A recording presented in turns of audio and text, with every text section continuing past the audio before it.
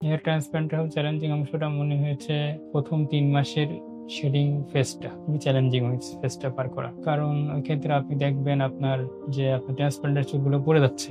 যা অনেক কস্ট পেমেন্টের মাধ্যমে আপনি ট্রান্সপ্লান্ট করিয়েছেন প্রতিটা চুল।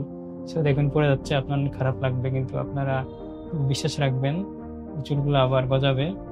ফলিকলগুলো ঠিক নষ্ট হয় না। ফলিকল থেকে চুল গজায়, জাস্ট উপরে চুলগুলো পড়ে যায়। ৩ মাস পর্যন্ত আমার চুল শেডিং ছিল। ট্রান্সপ্লান্টকৃত চুল পড়ে যাচ্ছিল।